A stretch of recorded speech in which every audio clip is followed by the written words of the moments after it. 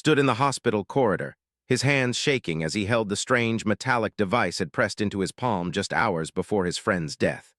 The device was warm, pulsing with a soft blue light that seemed to match the rhythm of his own heartbeat.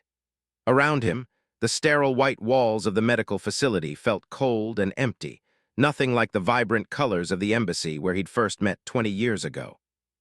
"I don't understand," whispered to Doctor, the chief physician who had been treating his alien friend. "What do you mean he left me everything? We were just friends, good friends, but still." Doctor, a woman in her 50s with kind eyes behind thick glasses, placed a gentle hand on shoulder. "Mister, in culture, the bond of chosen family runs deeper than blood relations. Spoke of you often during his treatments. He said you were the first human to truly see him as more than just another alien diplomat." Remembered that day clearly. It was 2387, and he'd been working as a junior translator at the United Earth Embassy. Most of his colleagues treated the various alien species with professional courtesy, but kept their distance. When arrived as the new cultural, everyone expected another cold, formal relationship. But was different. Standing nearly 8 feet tall with silver blue skin that shimmered like moonlight on water, he had an infectious curiosity about human culture. While other diplomats focused on trade agreements and political treaties, wanted to understand human art, music, and food. He'd spend hours asking about Earth's history, not the sanitized version taught in diplomatic schools, but the real stories of struggle, triumph, and the messy complexity of human nature. Their friendship began over something as simple as pizza. Had read about this circular bread with various toppings in a human cultural database and was determined to try it. Took him to Tony's Pizza on 5th Street, a small, family-owned restaurant that had been serving the same recipes for 3 generations. Smiled sadly, remembering how it carefully examined each slice, analyzing the combination of flavors with the intensity of a scientist studying a new element. "The tomato sauce provides acidity that balances the fat content of the cheese," had said, his large violet eyes sparkling with delight. "And the herbs, oregano and basil, they create a harmony that enhances rather than overwhelms the primary flavors." Tony, the restaurant's owner, had been skeptical at first. He'd never served an alien before, and his towering frame and unusual appearance drew stares from other customers. But when proclaimed it a masterpiece of culinary engineering and asked for the recipe to share with the cultural archives, Tony beamed with pride. From that day forward, their friendship grew stronger. Introduced to baseball games, where the alien marveled at the strategic complexity hidden within what appeared to be a simple sport. They visited art museums, where would stand transfixed before paintings, trying to understand how humans could convey emotion through color and brushstrokes. They attended concerts, and would never forget the sight of his 8-foot-tall friend swaying gently to Symphony No. 40, tears of wonder streaming down his silver face. In return, shared pieces of culture that few humans ever experienced. He taught the ancient art of thought-weaving, a form of meditation that involved creating complex mental patterns while focusing on specific electromagnetic frequencies. He explained how perceived time not as a linear progression, but as a vast ocean where past, present, and future existed simultaneously in different currents. "Your species fascinates me," had said one evening as they sat on his apartment balcony, watching the sun set over New Geneva. "Humans live such short lives, yet you burn so brightly. You feel everything so intensely. Love, anger, joy, sorrow. You experience these emotions with a purity that my people lost long ago." Had asked what he meant and explained that lived for centuries, their extended making them cautious about forming deep emotional connections. "We have learned to feel in whispers, to love with reservation, to grieve with restraint. But humans, you love with your whole beings, knowing that loss is inevitable. It is both terrifying and beautiful." Now, standing in the hospital corridor with his final gift in his hands, understood the weight of those words. The device in his palm suddenly projected a 3-dimensional hologram of his face, and his friend's familiar voice filled the empty hallway. "My dearest," the hologram said, its violet eyes filled with warmth even in this recorded message. "If you are hearing this, then my journey has reached its end, and yours is about to begin in ways you cannot yet imagine." His throat tightened as he watched his friend's image flicker slightly, the technology straining to maintain the projection. "I have lived for 437 Earth years," continued, "and in all that time I have never encountered a being who showed me such genuine kindness and acceptance. You saw past my alien exterior to the person within. You taught me what it means to be truly alive. The hologram paused, as if it needed a moment to gather his thoughts even in this pre-recorded message. According to law and custom, I have designated you as my chosen heir. This means you will inherit all my possessions, properties, and responsibilities. I know this seems overwhelming, but there is something you must understand. My wealth extends far beyond material objects.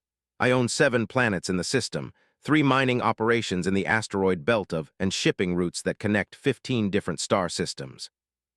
Nearly dropped the device. 7 planets, he could barely manage his small apartment on Earth. But my friend, the most important part of my inheritance is not property or money.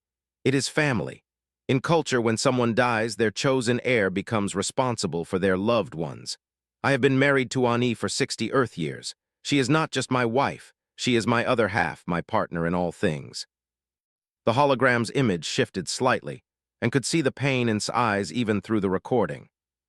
Lyra has never lived apart from me. Our species bonds for life, and the death of a partner often leads to a condition you might call soul death, a gradual fading away as the surviving partner loses their connection to life itself. The only way to prevent this is for someone to take on the role of protector and companion. Felt the weight of responsibility settling on his shoulders like a heavy cloak. I am not asking you to replace me in her heart, his voice continued gently. That would be impossible. But I am asking you to help her find a new purpose, a new reason to continue living. She will need someone who understands the value of connection, someone who can show her that life still holds meaning even in the face of loss. The hologram flickered again, and its expression grew more serious. There is something else you must know. 3 months ago, I was contacted by the High Council. They have discovered that our marriage was never officially recognized by our government because Lyra is not pure-blooded. Her grandmother was from a species the Council considers inferior, the same species that your human ancestors would have called servants in your own dark history. Felt a chill run down his spine. Even in advanced civilizations, prejudice still existed. The Council has declared that my assets should return to the state since I had no legitimate heir according to their new interpretation of the law. But by nomming you, a human, as my chosen heir, I have created a legal situation they cannot easily challenge.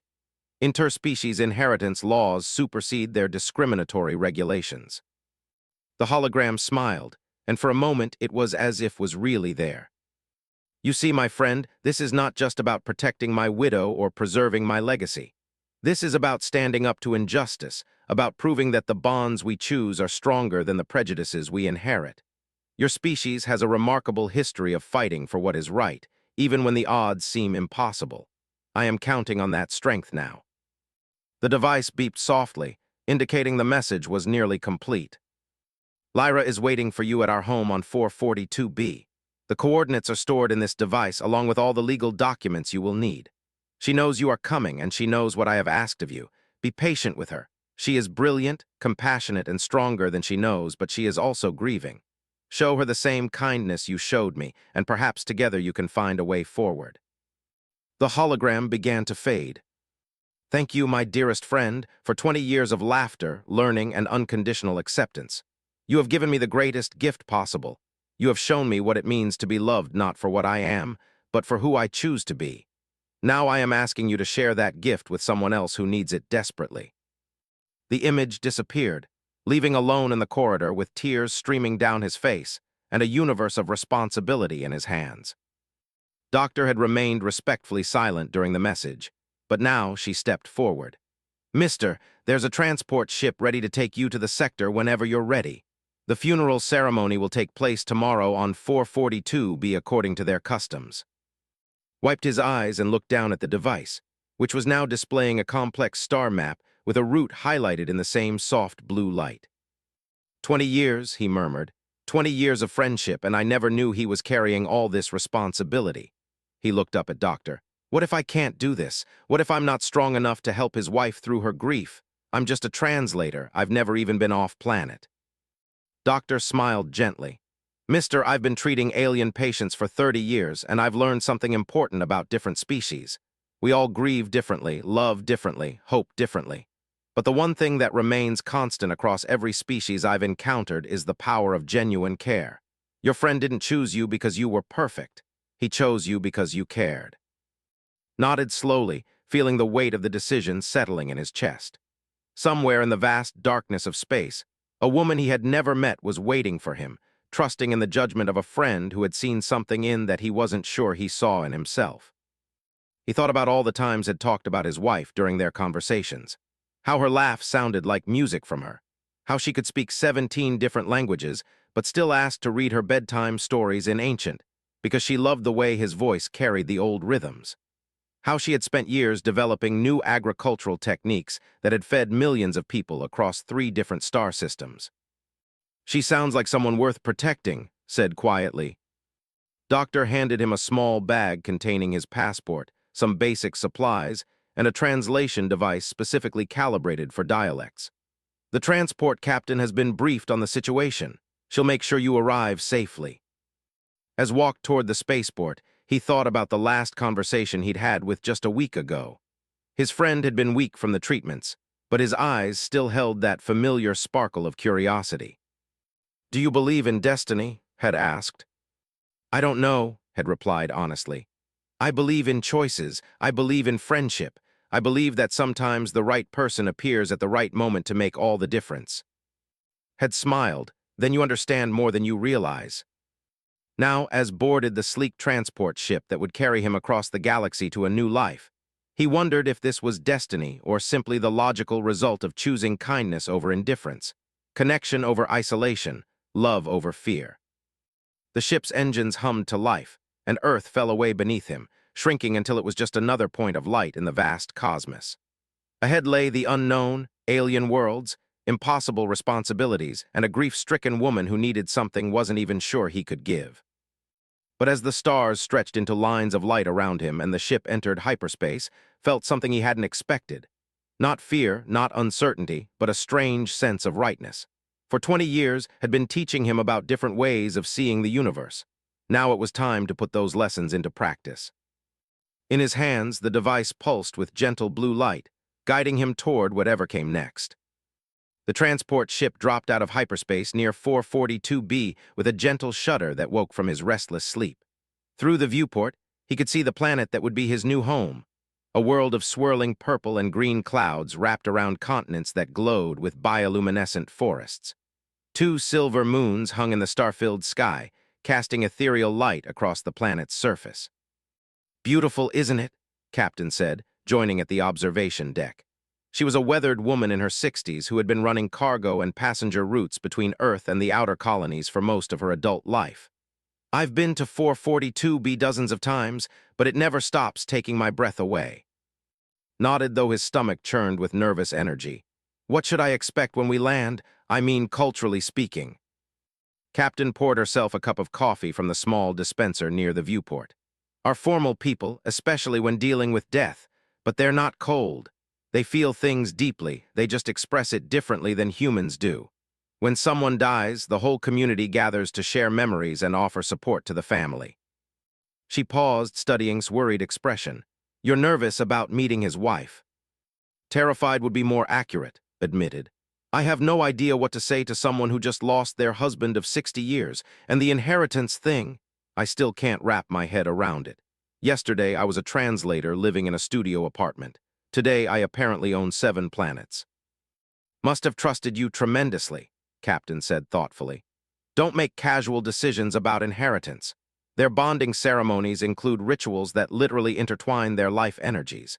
For him to name you as heir means he believed you could carry forward his responsibilities with the same care he would have shown." The ship's communication system crackled to life. "Captain, this is 442B traffic control. You are cleared for landing at coordinates 77 Alpha. Please note that there will be a ceremonial escort waiting for your passenger." "Acknowledged control," Captain replied. She turned to, "That's unusual. Ceremonial escorts are typically reserved for high-ranking officials or family members." As the ship descended through the planet's atmosphere, watched the landscape grow clearer. The bioluminescent forests created patterns of light that shifted and pulsed like a vast, living circuit board. Cities appeared as clusters of graceful spires that seemed to grow organically from the earth rather than being built upon it. Rivers of liquid silver wound between rolling hills covered in what looked like crystalline flowers. The ship touched down on a landing pad, surrounded by tall, elegant beings dressed in flowing robes of deep blue and silver. At their center stood a figure that made his breath catch in his throat. Even from a distance, he could see that Ani was stunning, not just beautiful, but possessed of an otherworldly grace that seemed to make the air around her shimmer. "That's her," Captain said quietly. "Showed me pictures once. She's even more remarkable in person."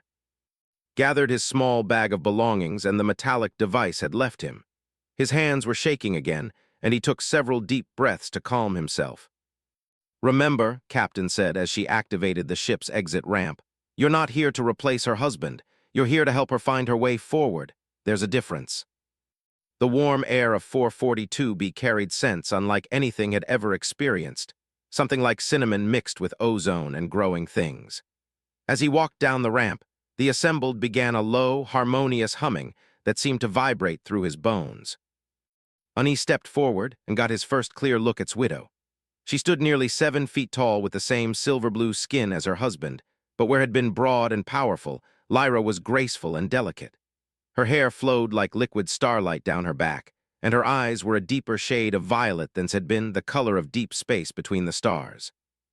She said, her voice carrying the musical quality that all possessed, but with an additional melodic complexity that suggested extensive vocal training. "I am Ani, widow of, daughter of the Silver Grove, keeper of the harvest memories." Realized she was introducing herself with full formal titles, which meant he should respond in kind. "I am, son of David and translator of the United Earth Embassy, friend of and—" He hesitated, then continued, "chosen heir of his legacy." Lyra's expression softened slightly, and she stepped closer. Up close, could see the pain in her eyes, a deep, cosmic sadness that seemed to encompass the space between galaxies. "He spoke of you often," she said, switching from formal high to accented but fluent English. "He said you were the first human to truly see him." "He was the first alien to truly see me too," replied honestly. "I'm sorry for your loss, Lyra. I know words can't fill the emptiness, but I want you to know that made my life richer in ways I'm still discovering." For a moment, her formal composure cracked and glimpsed the raw grief underneath. But she quickly composed herself and gestured toward the assembled crowd. "Come, we must begin the ceremony of transition. In our culture, death is not an ending but a transformation. The deceased returns to the cosmic energy that flows through all things, while their responsibilities and bonds transfer to those they have chosen to carry them forward." The ceremonial procession moved through the city toward a massive structure that looked like a combination of temple and observatory. The buildings they passed were architectural marvels, organic curves that seemed to flow like frozen music, surfaces that shifted color based on the time of day, gardens that grew both upward and downward in defiance of gravity. "Your friend told me you were curious about other cultures," Lyra said as they walked. "This city prime is over 2,000 Earth years old, but it grows and changes constantly. We believe that static things are dead things. Life requires movement, adaptation, evolution." Noticed that despite her formal demeanor, Lyra kept glancing at him with something that looked like scientific curiosity. "Is there something you want to ask me?" he said. She was quiet for a moment, then said, "Told me that humans experience time differently than we do. He said you live each day as if it might be your last, and that this gives your emotions an intensity we can barely comprehend. I am trying to understand how you will process his death." "Badly, probably," said with a sad smile. "Humans don't handle loss well. We tend to cycle through anger, sadness, denial, bargaining, and eventually acceptance. But we also have a saying, grief is love with nowhere to go. The pain exists because the connection was real." Lyra stopped walking and turned to face him fully. "Love with nowhere to go," she repeated slowly. That is exactly what this feels like. I have spent 60 years sharing my thoughts, my dreams, my very life force with another being. Now there is all this love, all this connection, and nowhere to direct it." "Maybe that's where I come in," said carefully. "Not to replace what you had, but to give you somewhere to direct some of that energy. Didn't just leave you to me as a responsibility. He left you to me as a gift, the chance to learn from someone he considered the most remarkable person he knew." They reached the temple and gasped at the sight that awaited them inside. The interior was a vast dome filled with what looked like floating stars, thousands of points of light that moved in complex, beautiful patterns. Each light, Lyra explained, represented a life that had transitioned from physical existence to pure energy. When the ceremony is complete, essence will join this eternal dance, she said. But first, there are rituals to complete and documents to formalize.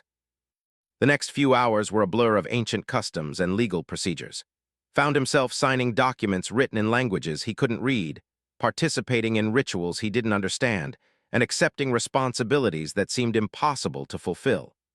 Through it all, Lyra served as his guide and translator, her formal demeanor gradually giving way to something warmer. During one particularly complex ritual involving the transfer of property rights across multiple star systems, found himself standing next to Lyra in a circle of elders, while they chanted in harmonious voices that seemed to make reality itself vibrate. "I have to ask," whispered, "what exactly am I inheriting? Mentioned 7 planets, but I still don't understand the scope of all this." Lyra's eyes widened slightly. He did not explain. "You have inherited one of the largest agricultural and terraforming operations in this sector of the galaxy. The 7 planets are not just worlds. They are the foundation of food security for over 50 billion beings across 15 different species."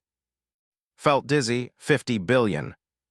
The asteroid mining operations extract rare elements needed for life support systems on colony worlds. The shipping routes ensure that remote settlements receive supplies before they run out. And the research facilities on 442b develop new agricultural techniques that can work in extreme environments.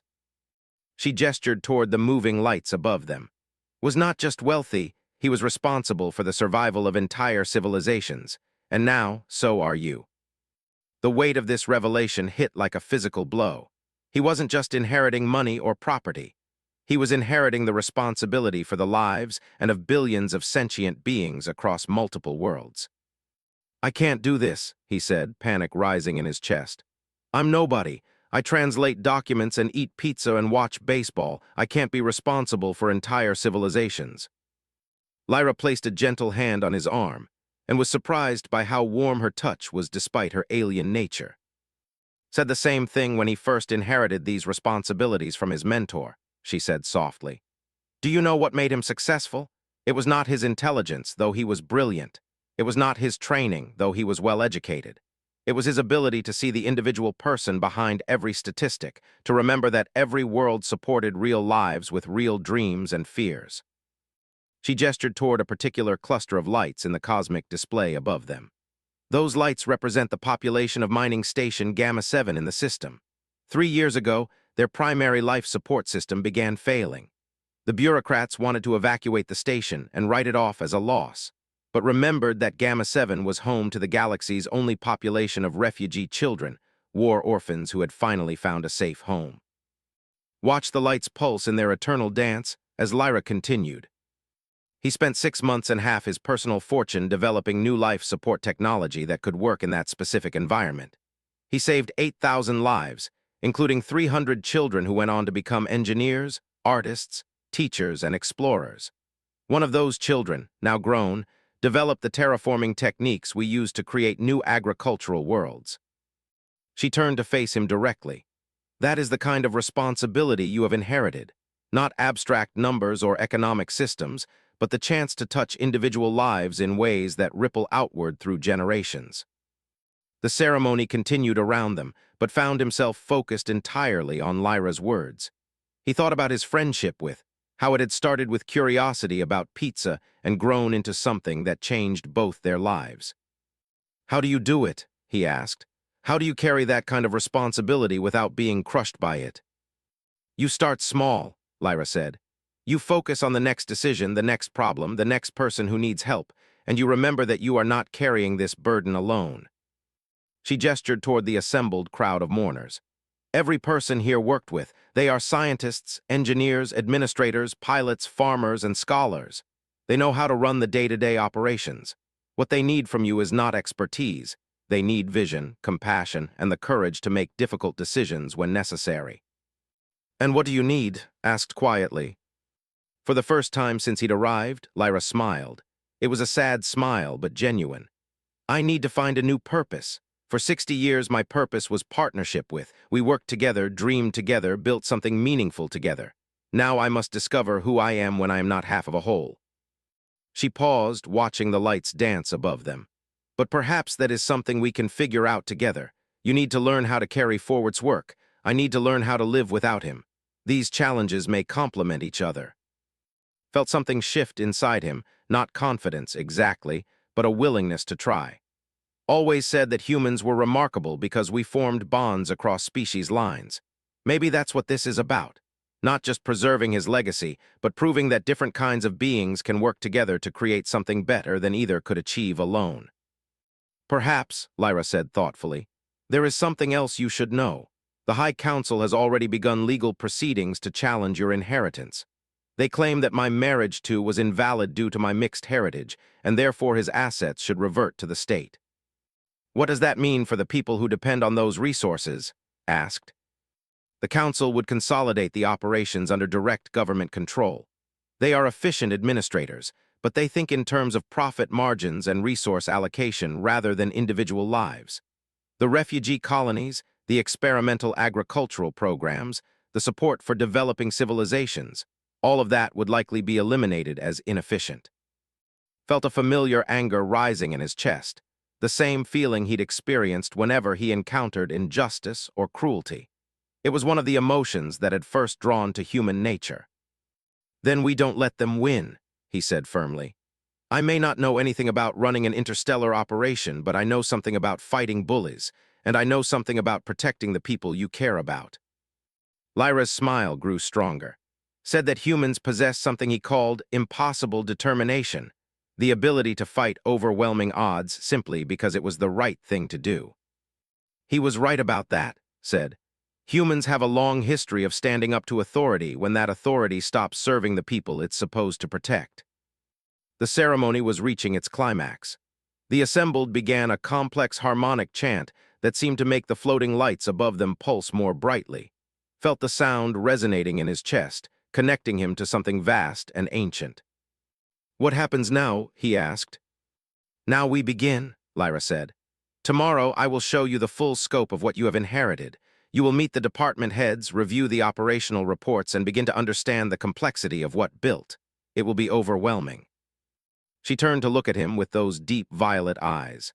But tonight, if you are willing, I would like to show you something personal. Left specific instructions that you should see our private gardens and the memory archive he maintained. He said it would help you understand not just what he did, but why he chose to do it. Nodded, I'd like that very much. As the ceremony concluded, and Essence joined the eternal dance of lights above them, felt the weight of his new reality settling around him like a cloak made of starlight. He was no longer just a translator from Earth. He was now the protector of worlds, the guardian of civilizations, and the companion of a grieving widow who needed to find her way forward. But as he watched Lyra's face, illuminated by the cosmic display above them, realized something important. He wasn't facing this challenge alone. Despite their differences in species, culture, and experience, they were both dealing with the same fundamental question. How do you honor the past while building toward a future you never expected? In the dancing lights above, could swear he saw his face for just a moment, smiling with the same warm curiosity that had defined their 20-year friendship. And in that moment, he understood what his friend had really left him, not just wealth or responsibility, but the chance to discover what he was truly capable of when faced with something bigger than himself.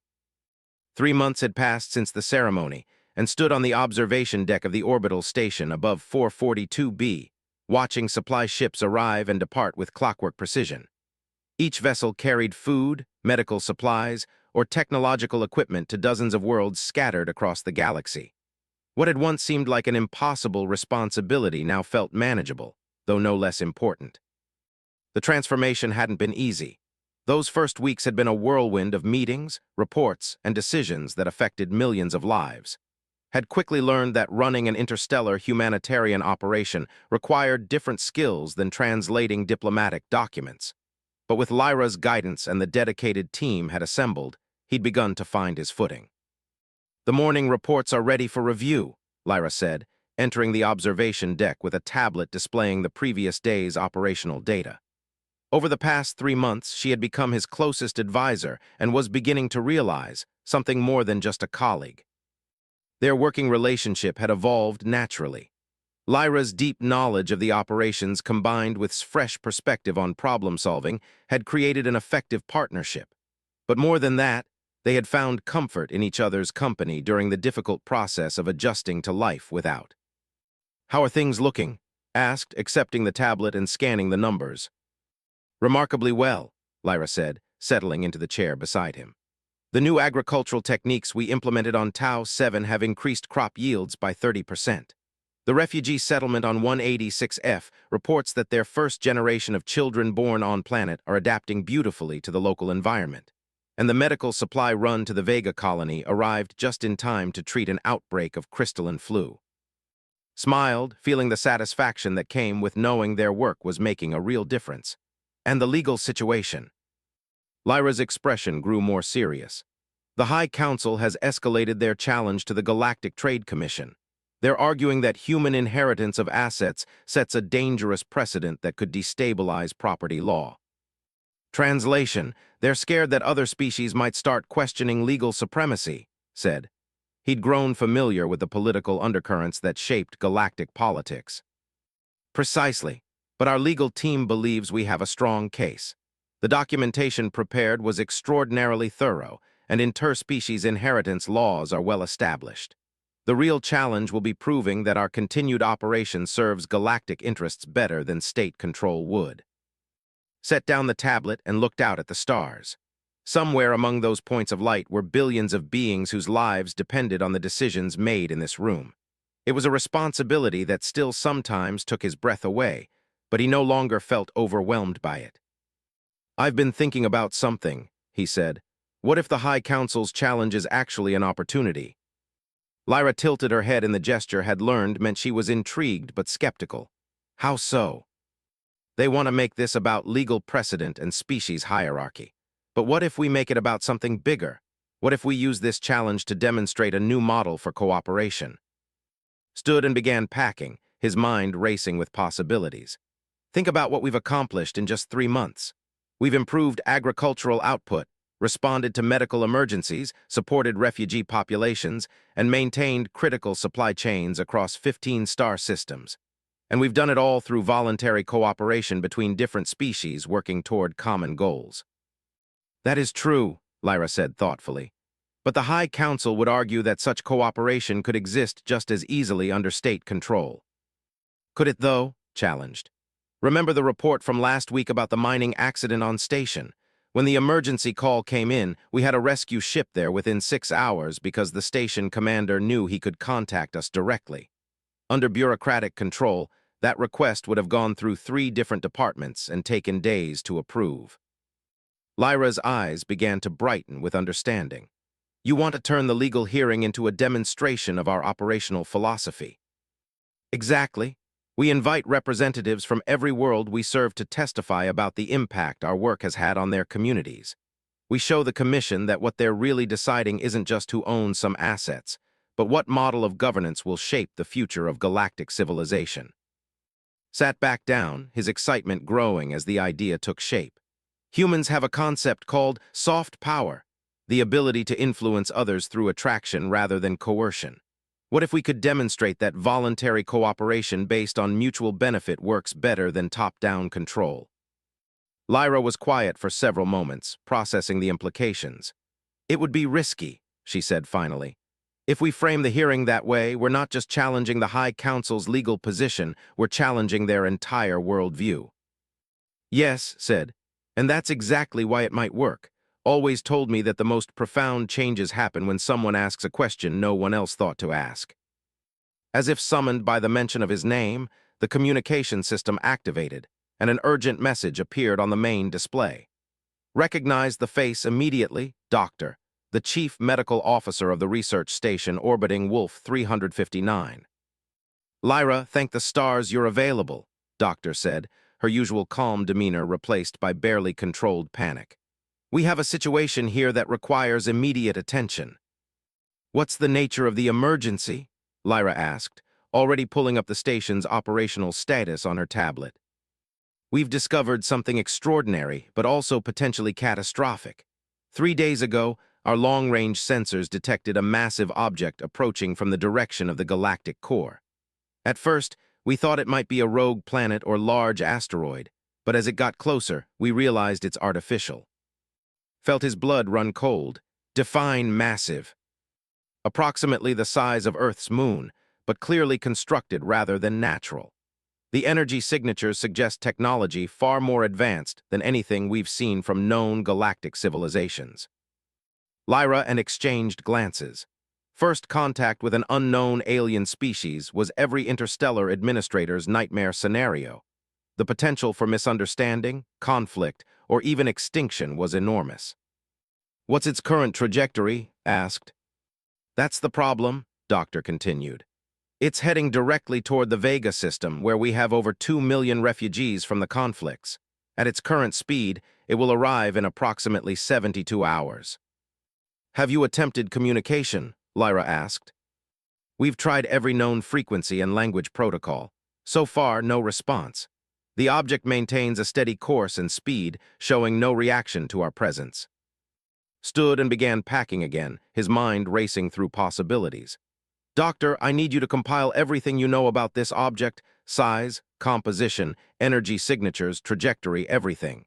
Send it to our team and our defensive systems analysts." "Already done," she replied. "But there's something else.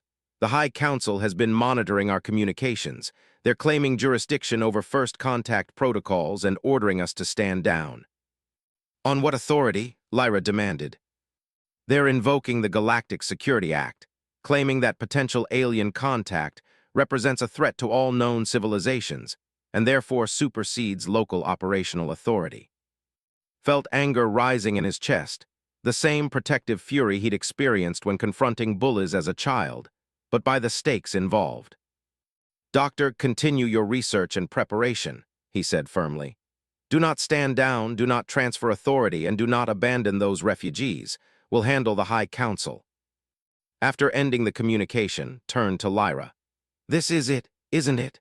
This is the moment that determines whether our vision of cooperative governance can actually work under pressure." "It appears so," Lyra said, though her calm exterior couldn't hide the concern in her violet eyes. "The High Council will use this crisis to justify taking control of all our operations. They'll claim that only centralized authority can coordinate a proper response to potential alien contact." "Then we prove them wrong," said. "We show them that a network of voluntary cooperation can respond more effectively than bureaucratic hierarchy." Over the next several hours, and Lyra worked with inhuman intensity to coordinate a response that would demonstrate the power of their operational model. They reached out to every world, station, and settlement in their network, sharing information about the approaching object and requesting assistance based on each location's unique capabilities. The response was immediate and overwhelming. The industrial worlds offered to manufacture emergency evacuation vessels. The agricultural planets provided food supplies for potential refugees. The research stations contributed their most advanced scanning equipment and scientific expertise. Military veterans from a dozen different species volunteered to serve in defensive positions if needed. Most importantly, representatives from every participating world volunteered to travel to Vega system not as part of a centralized command structure, but as an autonomous cooperative responding to a shared threat. "Look at this," Lyra said, showing the real-time coordination display. 43 different worlds, 18 species, over 300 ships, all moving in coordinated response to a crisis.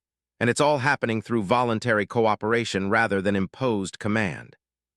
"How long until they reach Vega?" asked. "The first ships will arrive in 18 hours, a full day before the unknown object. But the High Council is demanding that we transfer operational authority to them immediately or face charges of endangering galactic security." Looked out at the stars, thinking about all the conversations he'd had with over the years about the nature of courage and the importance of standing up for what you believe in. "Send a message to the High Council," he said finally. "Tell them that we respectfully decline to transfer authority and that we're prepared to defend our position before the Galactic Trade Commission as originally scheduled." "They won't accept that," Lyra warned. "I know, But we're not doing this for them. We're doing this for every refugee child on Vega, for every farmer on Tau, for every miner on Station, and for every person across the galaxy who believes that cooperation works better than coercion. Lyra studied his face for a long moment. "Would be proud of you," she said softly. "I hope so," replied. "But right now I'm more concerned with making sure we don't let down the people who are counting on us."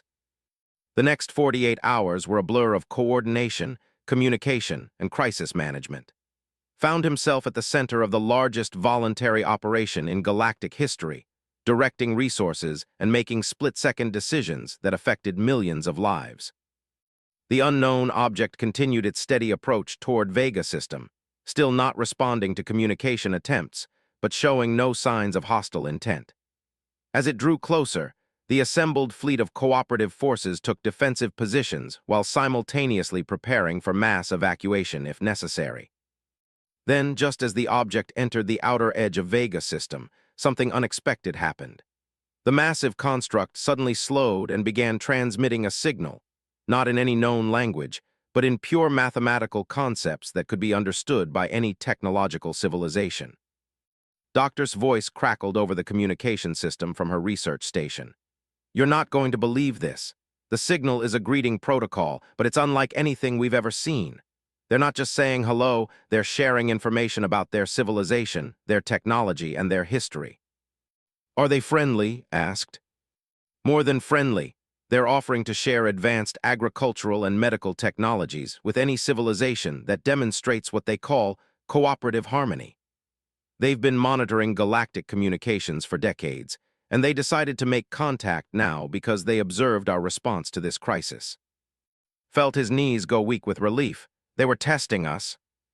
Not testing, observing. According to their message, they represent a confederation of ancient civilizations from the galactic core. They've been waiting for the younger species in this region to develop what they consider sufficient cooperative maturity to join their confederation. Lyra grabbed his arm, her eyes wide with excitement. "Do you understand what this means? First contact with a peaceful, advanced civilization, offering technological advancement in exchange for proof of cooperative governance." "It means," said slowly, "that we just won the most important argument in galactic history." The implications became clear over the following days. The High Council's demand for centralized authority had been publicly rejected by the very alien civilization they claimed to be protecting against. The Galactic Trade Commission not only upheld its inheritance, but praised the cooperative model as an example for future relations. Most importantly, the Confederation from the Galactic Core formally invited the cooperative network to join their alliance, an opportunity for technological and cultural advancement that would benefit every world in the galaxy. Standing once again on the observation deck, watched as ships from the Confederation began arriving to establish formal diplomatic relations. Beside him, Lyra reviewed the technical specifications for new medical technologies that could eliminate disease and extend across multiple species. "I've been thinking," Lyra said, not looking up from her tablet, "about what comes next for us personally." Felt his heart rate increase. Over the past few months, he'd become increasingly aware that his feelings for Lyra had evolved beyond professional partnership or even close friendship. But the complexity of their situation, her recent widowhood, their different species, the enormous responsibilities they shared, had made him hesitant to address those feelings directly. "What about it?" he asked carefully. "In culture, there is a concept called choosing your constellation. The idea that some relationships are destined by cosmic forces, while others are chosen through conscious decision and mutual commitment." She set down the tablet and turned to face him. "My bond with was destined, we were matched by compatibility and tradition. But what I feel developing between us is different. It's a choice we're making together day by day, decision by decision." "And how do you feel about that?" asked, hardly daring to hope. "I feel like I'm discovering what it means to love someone not because the cosmos ordained it, but because we're building something together that neither of us could create alone." Lyra stepped closer and could see the silver flecks in her violet eyes that reminded him of starlight. "His final gift to me wasn't just protection or companionship," she continued. "It was the opportunity to discover who I could become when I chose my own path forward." reached out and took her hand, marveling at how perfectly her long, elegant fingers fit with his own. "Are you sure? I mean, we're different species. I'm still figuring out how to run an interstellar operation, and the High Council will probably use this as another excuse to challenge our authority." Lyra smiled, not the sad, formal smile he'd first seen, but something warm and genuine and full of possibility. "We just convinced an advanced alien confederation that cooperative diversity is the future of galactic civilization. I think we can handle some bureaucrats and biological differences." As the first ship from the Galactic Core Confederation docked with their station, realized that had given him something far more valuable than planets or shipping routes or even the love of an extraordinary woman. He had given him the chance to discover what humans could accomplish when they committed themselves to something bigger than their own limitations.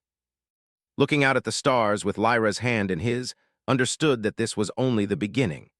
They had proven that cooperation could triumph over coercion, that love could bridge any gap, and that sometimes the most profound changes came from the simplest choice to care about someone else's.